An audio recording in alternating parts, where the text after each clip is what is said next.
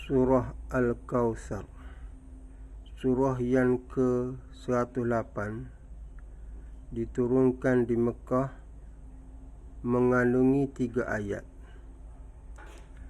A'udzu billahi minasyaitonir rajim.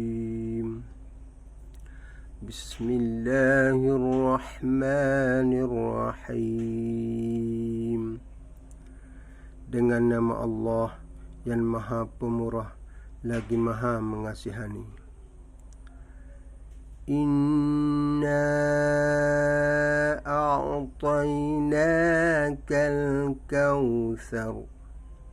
Sesungguhnya kami telah mengurniakan kepadamu, wahai Muhammad, kebaikan-kebaikan yang banyak di dunia dan di akhirat. Fasalli lirabbika wanhar.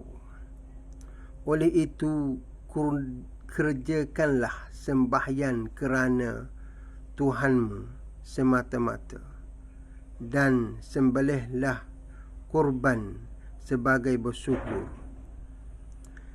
Inna syani'aka huwal abtar.